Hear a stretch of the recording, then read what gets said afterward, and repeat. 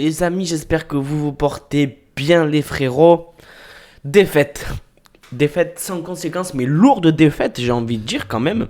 Très lourde défaite des joueurs du Barcelone, du Barça, qui nous ont pondu un match dégueulasse. Si ce n'est le pire match de la saison. Et c'est incompréhensible. Alors enfin, c'est pas acceptable, on va dire. Il y a plusieurs faits qui peuvent être compréhensibles, mais c'est pas acceptable.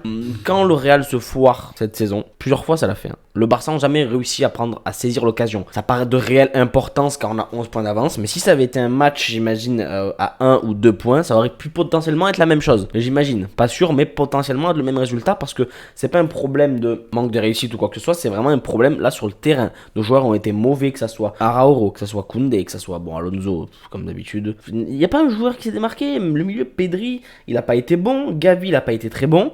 De Jong, je suis désolé, à la place de Busquets, c'est clairement pas son poste. On peut pas vraiment lui en vouloir parce qu'il joue un poste qui n'est pas le sien, mais c'est pas le. Enfin, si avec un milieu comme ça, Gavi, Pedri, Busquets, Gavi, Pedri, De Jong, tu gagneras pas beaucoup de matchs, vraiment. Il manque un Pedri et De Jong, il faut qu'il soit bien plus haut sur le terrain. Il manque un milieu, pas comme Busquets, mais juste un vrai milieu défensif. J'aurais même préféré avoir Eric Garcia dans ce rôle, même si le joueur je le trouve pas très bon, histoire de pouvoir libérer Pedri et De Jong qui montent plus haut en fait, et qui soient libérés sur le terrain. Rafinha, depuis quelques matchs, j'en peux plus. Je l'ai beaucoup défendu, j'aime beaucoup, il fait, je trouve, une bonne saison. Il a été important dans des moments durs au Barça, dans les moments importants, pas dans les plus grands moments, en Ligue des Champions, en Europa, il a pas souvent été présent. J'en commence à en avoir marre. Du fait qu'il n'apporte pas grand chose en plus. Dans la prochaine vidéo qui va sortir où je parle de Dembélé et Rafinha en comparaison, comparer un Dembélé qui peut provoquer, qui peut apporter quelque chose en plus que les autres joueurs ne peuvent pas faire, lui Rafinha il peut pas le faire non plus, donc c'est un bon joueur de ballon, mais voilà, ça joue au ballon. Il n'y a pas de réel danger, il a du mal à éliminer, il a du mal aussi à marquer. Voilà, c'est compliqué je trouve Rafinha. Ferran Torres qui a fait un match je trouve horrible, et Lewandowski qui a mis son but, un but hors jeu également, bon de très peu mais hors jeu quand même apparemment, et qui a pas fait un match de fou non plus, mais qui a marqué son but. Et voilà. Après Lewandowski, il est pas là pour faire un match de fou, il est là pour il a la finition des actions, il a besoin autour de lui un groupe qui tourne pour être à la terminaison dans la surface et marquer le but. Bref, le match était horrible. Tu perds 2-1 face au Rayo Vallecano qui a fait un très bon match, qui a mis un pressing très haut,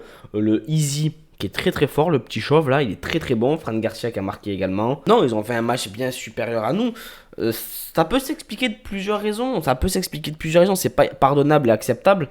Mais bon, on arrive en fin de saison. Il faut accepter que les joueurs, c'est des humains qui sont aussi fatigués. Il y en a qui reviennent de blessures. Il faut accepter également que beaucoup de nos joueurs ont joué la Coupe du Monde. Certains un peu plus loin que d'autres au niveau des tours éliminatoires. Il faut accepter qu'on arrive en fin de saison, qu'on a 11 points d'avance, qu'il y a peut-être du relâchement également, qu'il n'y a plus que ça à jouer. Donc la motivation, elle est peut-être amoindrie. Que ça joue aussi, hein, malgré que ce soit, comme j'ai dit, pas pardonnable et excusable. Mais ça peut s'expliquer pour ça aussi. Oui, je pense que ça peut également s'expliquer sur le fait d'avoir autant de points d'avance face au Real. On voit le Real, ils ont lâché aussi parce qu'ils ont autre chose à jouer. Nous on lâche parce qu'on voit peut-être que le Real lâche, nos joueurs sont peut-être fatigués, hein, vraiment. Il y a eu la Coupe du Monde en plein milieu, ils ont enchaîné, il y a eu des matchs amicaux, des matchs internationaux, enfin ça, ils ont quasiment pas arrêté cette saison, il faut aussi le prendre en compte. Donc ils peuvent être fatigués et avoir un peu de mal pour terminer la saison, cette défaite n'aura pas de réelles conséquences, mais c'est fatigant et agaçant de perdre face au Rayo, surtout que ça fait depuis 2019 je crois, ou 18, on les a gagnés une fois ou même pas. Cette saison, on les a pas gagnés, on a fait match nul au match aller chez nous, et là on perd chez eux. Bon, ils sont bons, hein. Enfin, dans les gros matchs, je crois qu'ils avaient gagné le Real cette saison aussi, si je dis pas de bêtises. Je comprends pas le jeu qui a été fourni, si ce n'est à part la fatigue. Je ne comprends pas. Et il manque clairement ce déstabilisateur. Il manque clairement Dembélé, qui fait vraiment peur et reculer des défenses dans un match comme ça, qui permet d'avoir un bloc, l'adversaire avoir un bloc plus bas et toi du coup être plus haut sur le terrain. Parlons d'Araujo qui a fait un très mauvais match, je trouve. Il a fait 8 longues relances, il en a réussi 2. J'ai vu quasiment que ça du match. Des longs ballons devant d'Araujo ratés, même Ter Stegen qui renvoie au gardien, à Dimitrievski, au gardien du Rayo. Incroyable, j'ai pas vu un jeu aussi pauvre de la part du Barça cette saison. Beaucoup tombent sur Xavi, qui pour moi n'est pas le seul fautif. Alors bien sûr, tout le monde a sa part de responsabilité, les joueurs sur le terrain, l'entraîneur, même le staff médical, à cause de tous ces blessés qui reviennent et qui sont peut-être pas non plus directement dans le rythme. Xavi n'est pas pour 100% des choses. Pour moi, il a même un rôle minime. Si les joueurs sur le terrain ne trouvent pas la passe qu'il faut, ne trouve pas le décalage, ne trouve pas la verticalité, ne trouve rien, c'est un problème des joueurs sur le terrain. Xavi donne les instructions, il ne peut pas aller sur le terrain. Il faut arrêter d'en vouloir à Xavi à chaque défaite, à chaque mauvais match. Xavi fait une bonne saison. Je vois des choses comme quoi Xavi fait une saison, c'est une humiliation. Xavi fait une mauvaise saison, Xavi doit partir du club, mais mettez n'importe quel entraîneur. Remettez Coman, remettez Valverde, remettez même Luis Enrique. Avec l'effectif qu'il a aujourd'hui et le peu de manque de profondeur, enfin le peu de profondeur de banc qu'il a, je vous assure que personne ne fera mieux. Xavi, il est arrivé dans un moment critique où le Barça n'avait aucun joueur. On avait Abdé, on n'avait même pas Luc de Jong à un moment, on avait Ferran Jutgla, on avait Mingueza, je crois, il y avait encore quand il était là, Xavi. Des joueurs, mais mort au plus haut point, vous n'imaginez même plus, je pense, vous vous rappelez plus. Et l'année dernière, rien que le nom Xavi te fait ramener des joueurs au Barça. Il ramène Obama, il ramène Adama. Adama qui n'est pas un joueur incroyable, mais dans le même rôle que Dembélé, Adama est un joueur qui va provoquer, faire reculer une défense par la vitesse, par la technique. Il faut pas avoir des top joueurs de partout, il faut des joueurs utiles au groupe, permet d'avoir d'autres joueurs libres sur le terrain, comme Dembélé, comme Adama, comme ce genre de joueur. Donc il te ramène Adama, il te ramène Obama, Frenkie qui est bien utilisé dans un bon milieu. Enfin bref, il te ramène des joueurs. Il te ramène Daniel Alves qui a fait une bonne demi-saison. Il te ramène de bons joueurs. Rien que le nom Xavi te ramène des bons joueurs.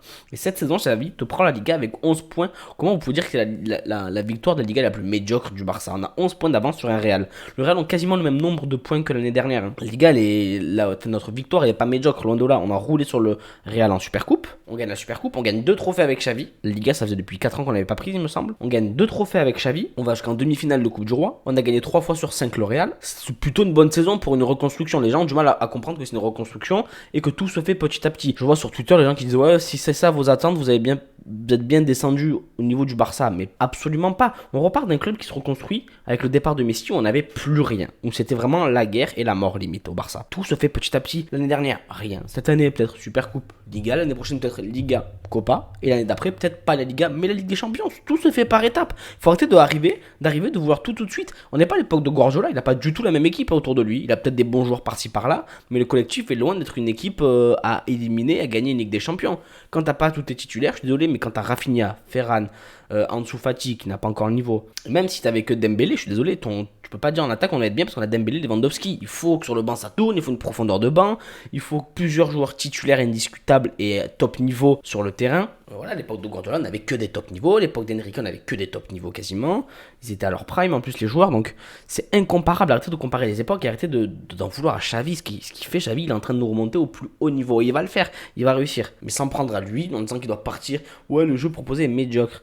Il a un jeu qui fait pour jouer, pas au tiki-taka, mais donner un pressing haut, jouer rapidement à la balle. Sans les joueurs, avec Rafinha, avec Ferran, c'est pas des joueurs pour ça. C'est pas des joueurs qui arriveront à instaurer ça, surtout dans les grands matchs. Et on l'a même vu face au Rayo Vallecano. Ils y arriveront pas. Certes, Xavi a voulu des joueurs comme ça pour remonter le club petit à petit. Tu peux pas passer de rien à, tiens, on va reprendre par exemple Neymar, on va prendre un Léao. Non, il faut repasser par des étapes. Il faut reprendre peut-être un joueur un peu moins bon, regagner des titres, redonner envie aux autres joueurs de la planète de revenir au Barcelone parce qu'on voit qu'on redevient au niveau, regagner.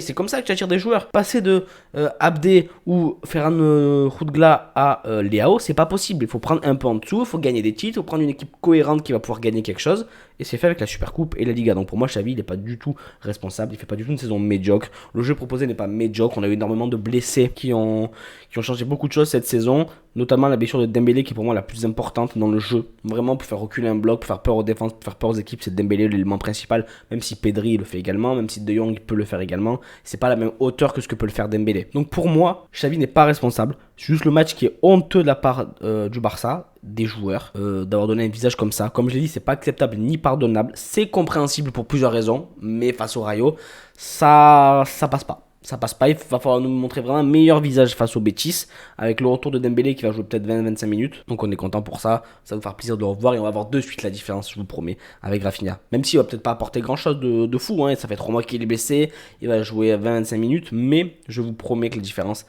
se fera ressentir. Le Barça se fait détruire, se fait éliminer, se fait humilier, c'est honteux par le Rayo 2-1. Les frérots, j'espère que cette petite vidéo vous aura plu. N'hésitez pas à liker, partager, je sais pas, faites ce que vous voulez, commentez, dites-moi ce que vous avez pensé du match qui est horrible. Et on se retrouve très vite pour une prochaine vidéo. Portez-vous bien la team. Ciao tout le monde.